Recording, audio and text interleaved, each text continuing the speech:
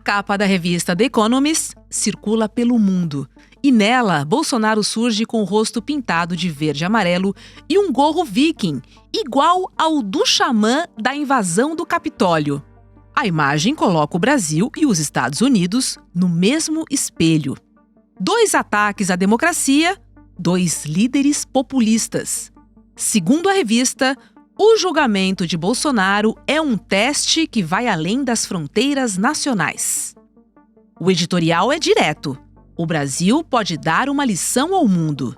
Mostrar como responsabilizar um ex-presidente e como evitar que a polarização desfaça a democracia.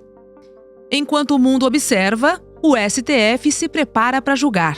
O caso é visto como exemplo internacional e também um alerta para países onde o populismo segue forte.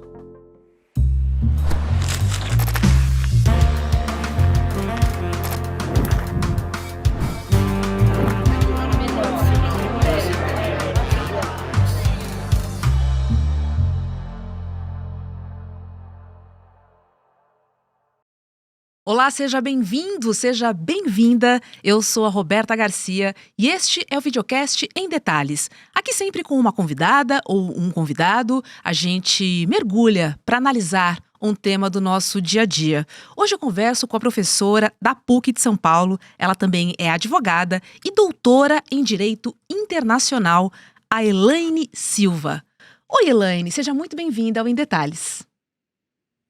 Olá, Roberta, muito obrigada. É um prazer estar aqui com você e com quem mais nos ouve ou vê para falar desse tema que está chamando tanta atenção nesse momento. Pois é, né? A reportagem da The Economist, ela afirma que, abre aspas, o Brasil oferece aos Estados Unidos uma lição de maturidade democrática. Como é que você interpreta essa inversão histórica em que o Brasil aparece como exemplo para os Estados Unidos, hein? Eu diria mais ainda, Roberta, porque além de falar que o Brasil é um exemplo, logo ali mais para a parte final da coluna, eles fazem um comentário de que Estados Unidos e Brasil estão trocando os papéis no continente. Os Estados Unidos estão ficando mais autoritários, mais corruptos, mais protecionistas, enquanto o Brasil está aumentando o processo de fortalecimento das instituições democráticas. Eu levaria em consideração, e falaria antes de mais nada, que para entender o peso dessa matéria ou dessa repercussão de uma revista que tem tanto peso mesmo dentro de forças conservadoras, como é o caso da Economist, a gente só precisa e necessita, na realidade, retomar o papel ou a história de colonialismo e da luta que houve dentro dos países que passaram por processos de colonização para estabelecer suas instituições a despeito das pressões externas. Eu falaria que é a primeira vez num contexto de grande pressão que o Brasil começa a aparecer como uma referência institucional e não como uma república das bananas, que era mais ou menos a imagem com que o país era visto até a década de 80, um país não sério, um país que estaria no grupo lá das ditaduras, aquela imagem que a gente consegue ver e repercutir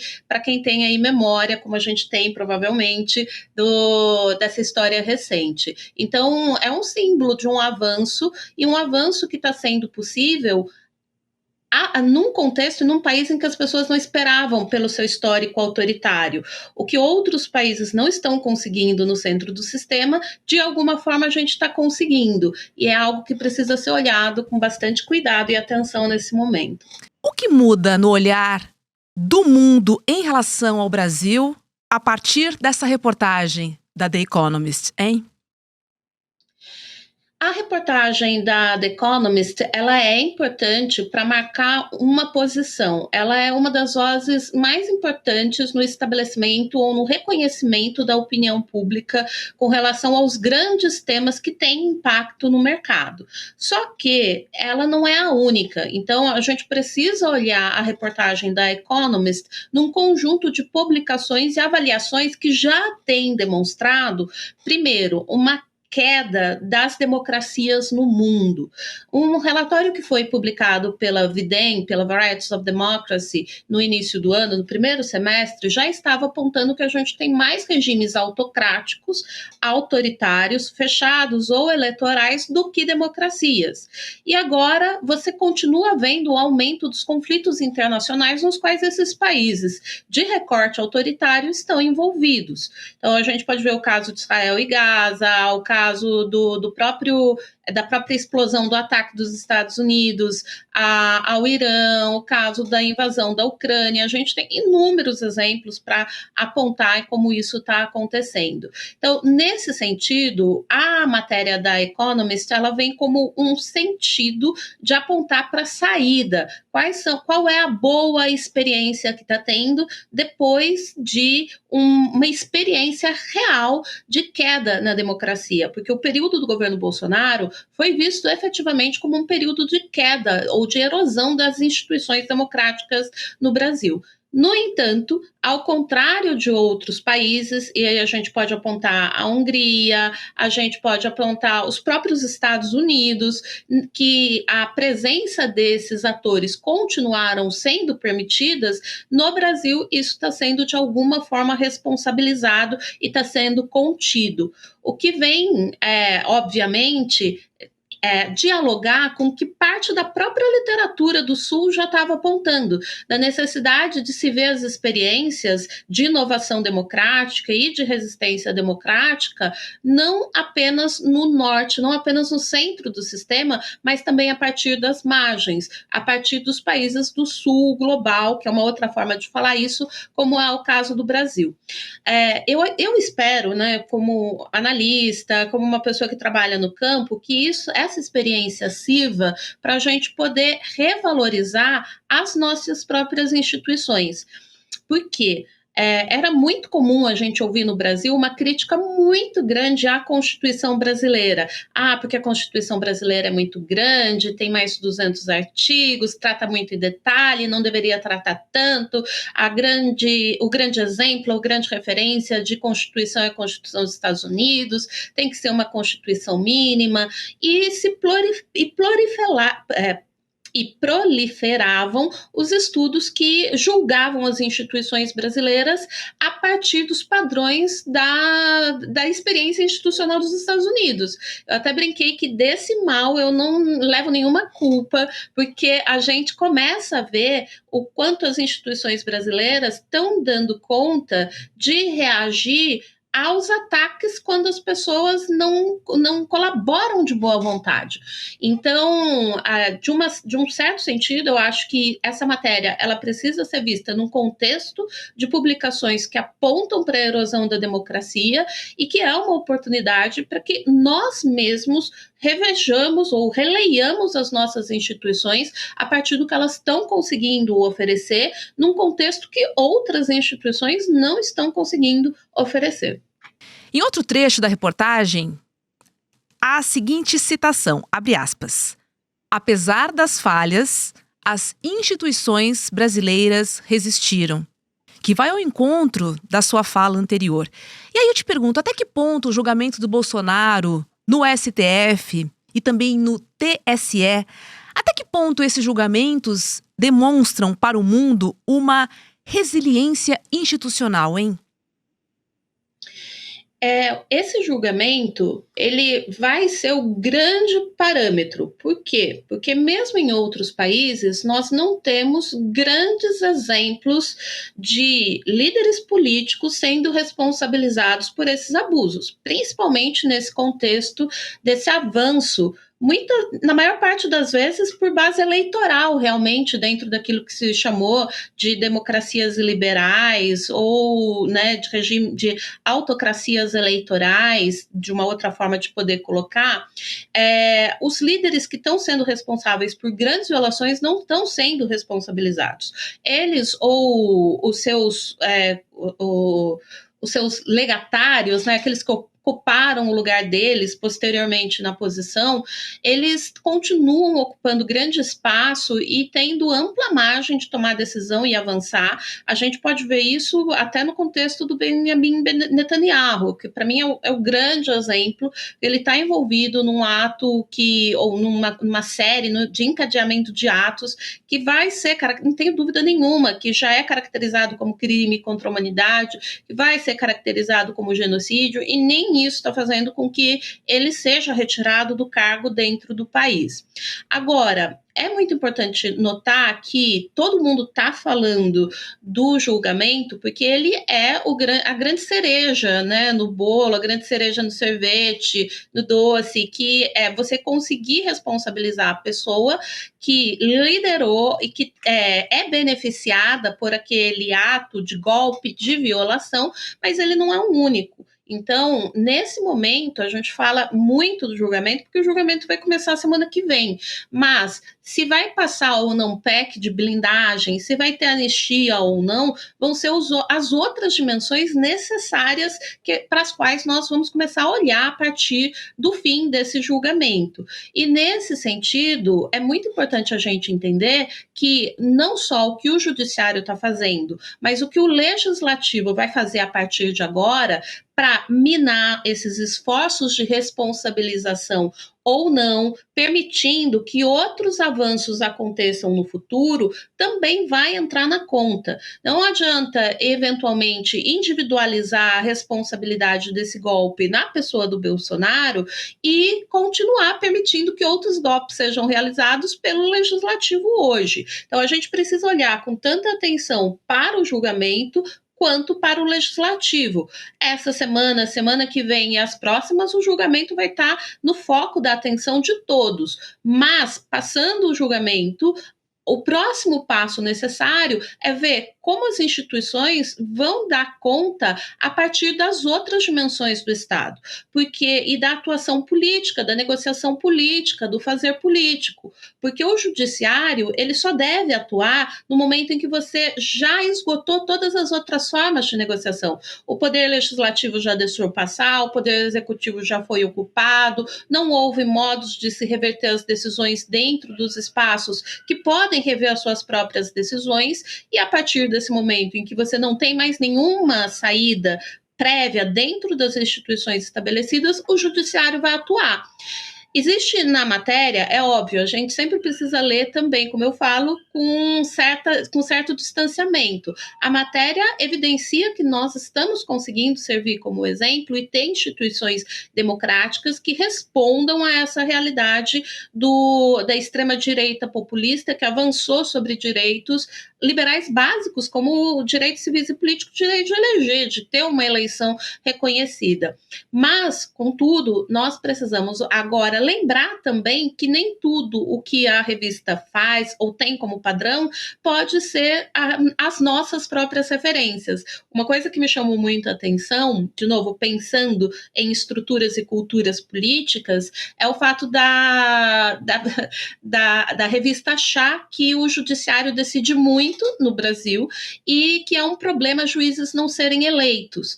E aí a gente começa a colocar, bem, mas levando em consideração a experiência dos Estados Unidos, ter juiz eleito é uma boa saída democrática? Parece novamente que a gente precisa revalorizar a nossa experiência. Talvez ter juízes efetivamente concursados, indicados por processos outros, seja muito mais adequado para o nosso contexto, ou está se mostrando muito mais efetivo para o nosso contexto. Lembrando que cada país tem uma experiência de indicação e escolha de juízes para as cortes padrão, para as cortes do dia a dia comuns e para as cortes constitucionais, quando a gente está falando de Constituição. Não existe uma única experiência de indicação nesse caso. Agora, é importante a gente lembrar sempre colocar tudo isso em contexto, né?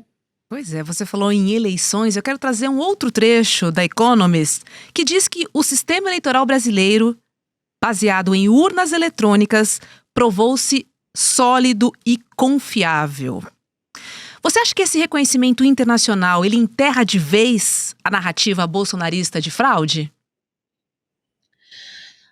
Lembrando as campanhas bolsonaristas e a repercussão bolsonarista nos grupos bolsonaristas, porque por um tempo eu cheguei até a acompanhar alguns grupos bolsonaristas para tentar entender qual que era a lógica de discurso com relação a alguns atores internacionais e estrangeiros.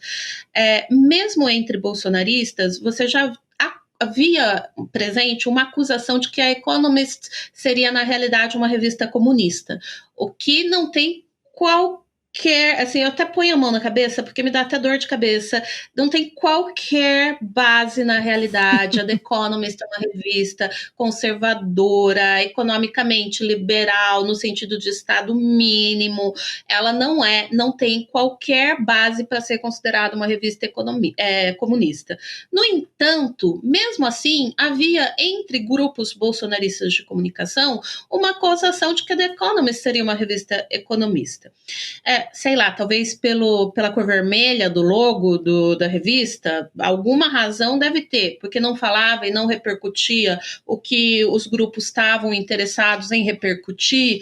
A grande questão é que parte das acusações que a gente encontra dentro desses grupos não tem base na realidade. Então, não é porque necessariamente houve o reconhecimento por uma revista que é tão importante no mercado internacional. É fundamental a gente lembrar disso. A The Economist, Financial Times estão ali para e passo, estão quase na mesma posição com relação ao seu peso na definição ou na identificação do que é o que o mercado internacional, os grandes agentes do mercado internacional falam ou consideram como relevantes. E, não obstante, dentro desses grupos, que são os grupos mais, a gente pode falar, afoitos, para não usar outra palavra, isso não tem importância necessariamente. Então, a The Economist, ela vem, talvez, para aqueles que sejam meio termo, que estejam mais para o centro, que estejam mais abertos ao diálogo dentro do Brasil. Mas, talvez, para esses grupos que são os mais aficionados e não têm uma preocupação com a base real do diálogo deles, ela tenha pouca repercussão. Mas o que a gente consegue notar é que esses grupos mais extremistas, eles estão aos poucos um pouco mais marginalizados no debate. É possível ver que existe uma certa ruptura dentro desse grupo que até recentemente tinha uma unidade um pouco maior. Então, isso talvez seja um aspecto mais positivo para a gente.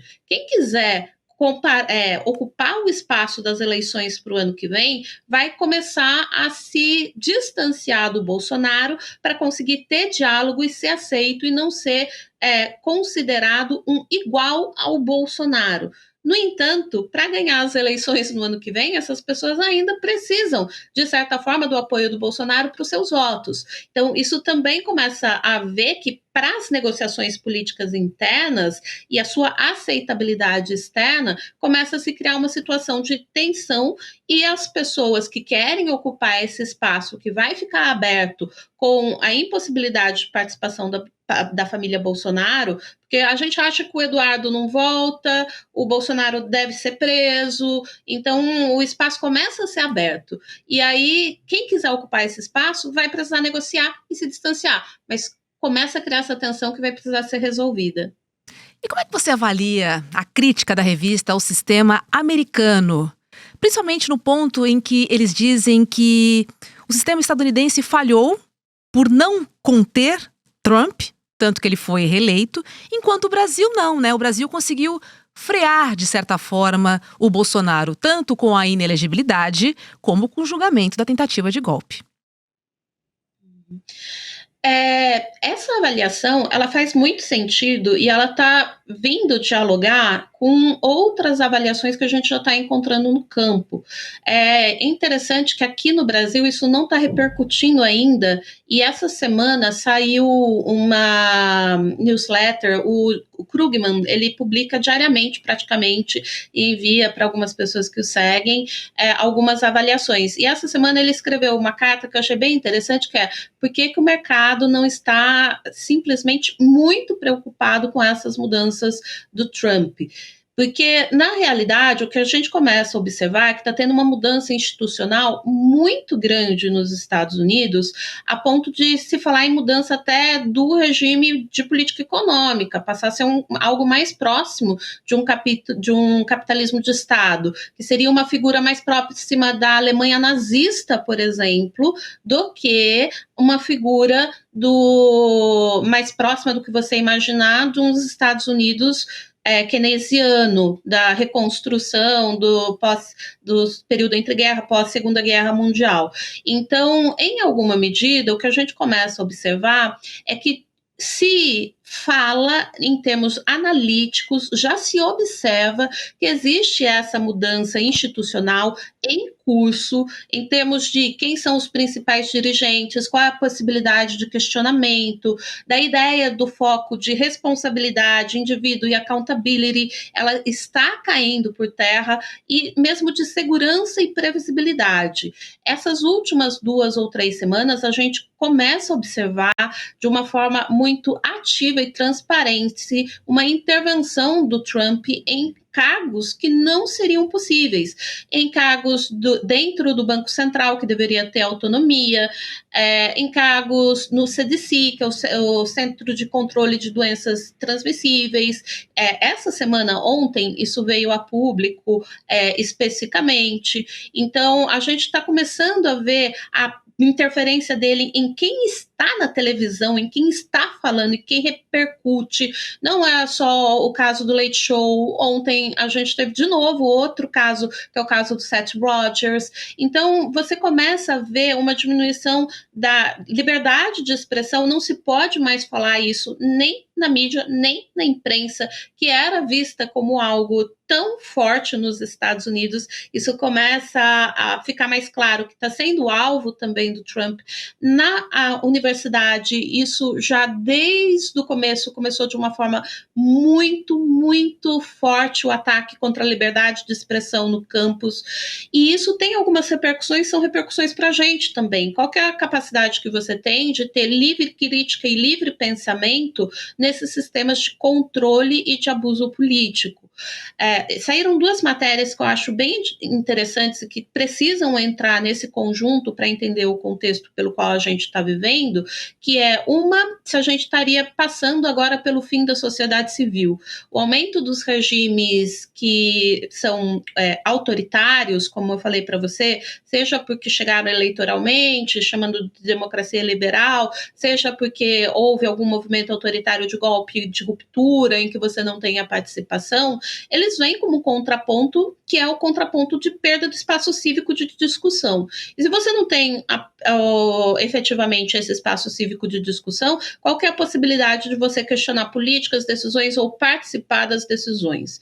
É óbvio que grupos que são grupos marginalizados, como as classes mais baixas, as minorias políticas, como o caso de mulheres, população negra, população indígena nativa, a população de estrangeiros dentro de um país, sente isso muito mais rapidamente do que outros grupos. Os grupos que são os grupos brancos, ricos, que estão na estrutura de poder.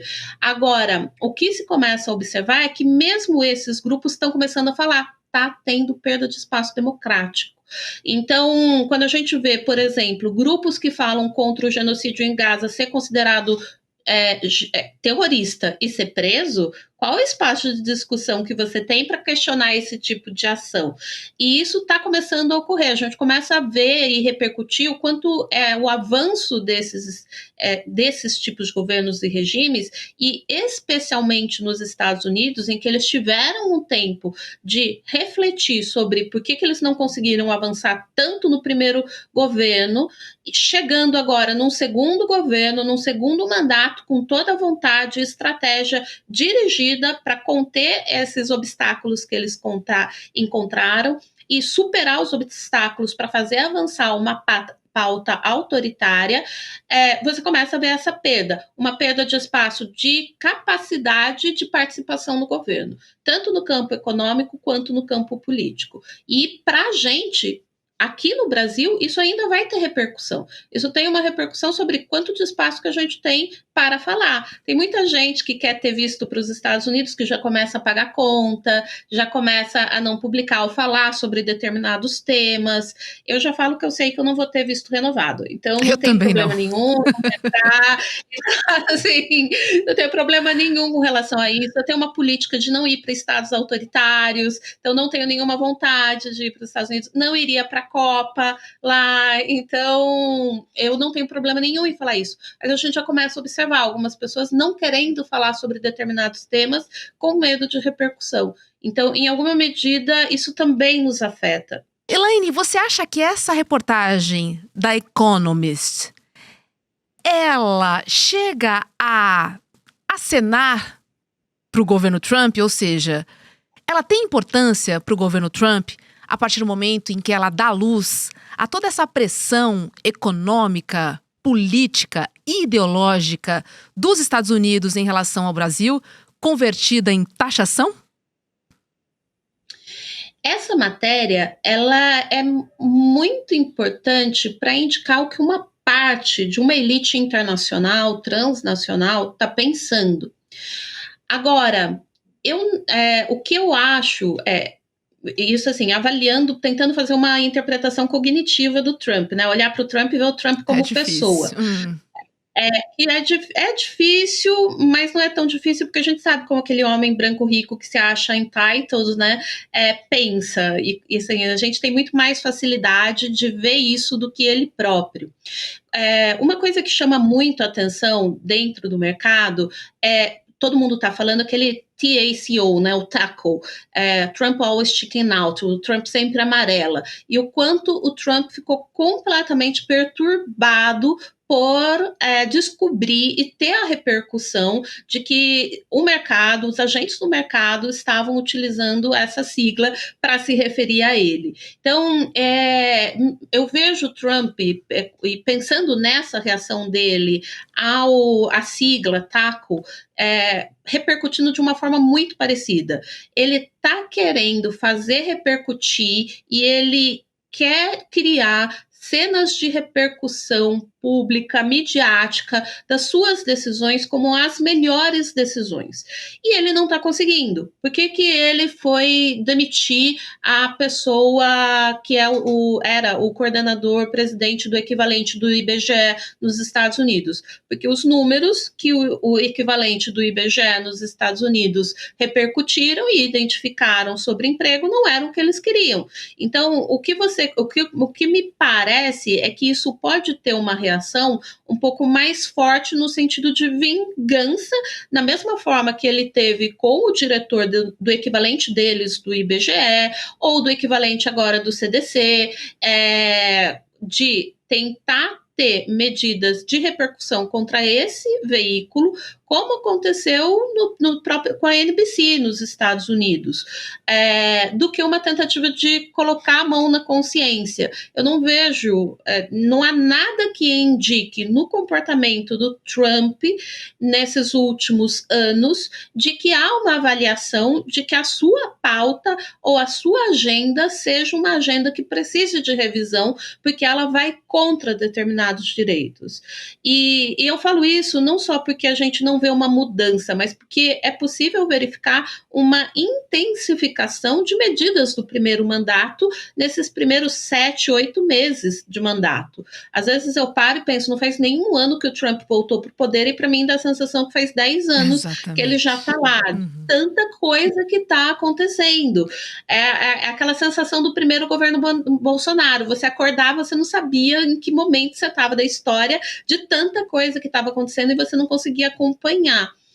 Agora, você vê isso com a acusação de genocídio dos africanos na África do Sul, assim, não tem, assim, novamente, não tem base na realidade, e aquilo vai sendo colocado. Então, o que eu acho que é mais possível é um indicativo importante para parte das pessoas que fazem parte do governo dele, mas não necessariamente para ele, porque ele tem mostrado um comportamento muito mais egóico e vingativo, pessoalmente. É um movimento de perseguição pessoal às pessoas que falam dele. Então, acho muito mais possível que o que ocorra é uma repercussão e uma tentativa de restrição à revista dentro dos Estados Unidos do que pôr a mão na consciência e tentar reavaliar. O que a gente espera, em alguma medida, é que para essa parte que está na base do governo dele, dos republicanos, que tem ainda alguma capacidade de reflexão, que isso sirva como um sinal, como uma forma de comunicação, de que efetivamente, para cada vez menos pessoas, o governo Trump está sendo aceitável. E aí sim, mas vai surtir efeito no curto prazo? Acho pouco provável. Perfeito. Elaine Silva, obrigada, viu, por participar aqui com a gente no Em Detalhes, e vamos ficar de olho nessa história. Os próximos capítulos vão dizer muita coisa sobre essa pressão de Trump, se ele pegou o recado, se ele vai intensificar ou não. Ou seja, o mundo está de olho. Obrigada. Eu que agradeço, Roberta. Muito obrigada pelo convite. Espero ter colaborado para entender um pouquinho sobre essa confusão no qual a gente se encontra. Bastante, Elaine. Obrigada. Olha, agora um recado importante para toda a nossa comunidade. É o seguinte, as vendas de ingressos para o Despertar 2025 estão oficialmente abertas para o público. Garanta agora mesmo o seu ingresso em despertar2025.com.br. Esse é o maior encontro da comunidade ICL e ele será nos dias 19 e 20 de setembro no Espaço Vibra São Paulo, que é a maior casa de shows do Brasil, com capacidade para até 4.000 pessoas. Cabe muita gente lá e eu quero ver a audiência em peso, hein? O Despertar 2025 é o início de uma revolução que vai conectar pessoas e ideias para a gente transformar o Brasil. Então acesse agora mesmo despertar2025.com.br para garantir o seu lugar e também conferir os gigantes que vão estar lá com a gente. Tem muita gente legal e eu espero você no Despertar 2025, tá bom? Para você que nos acompanha pelo YouTube, agora é hora de ICL Mercado e Investimentos e logo depois tem Rolê ICL. Obrigada pela sua companhia aqui no Em Detalhes. Tchau, tchau. Em 2024, milhares de pessoas de todo o Brasil se reuniram para um encontro memorável.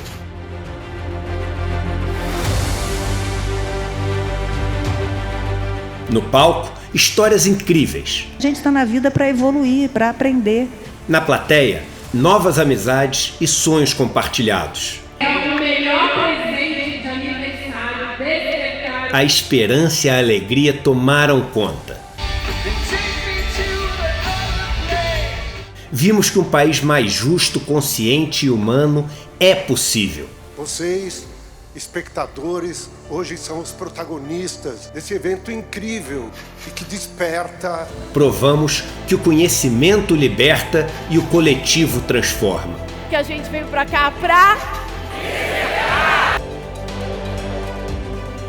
Nós não precisamos ser médio, nós podemos ser grande, mas nós precisamos sonhar junto para ser grande. Mas esse foi só o nosso primeiro passo. Em 2025, o Despertar volta ainda mais incrível, mais necessário, mais revolucionário, mais ICL do que nunca. Estaremos juntos para enfrentar um dos momentos mais difíceis de nossa geração. Chegou a hora de pôr a mão na massa, conspirar e agir, de se unir a milhares de pessoas que acreditam que chegou a hora da mudança e que ela só depende de nós. Despertar 2025. A revolução necessária. Vive esse encontro histórico com toda a comunidade ICL.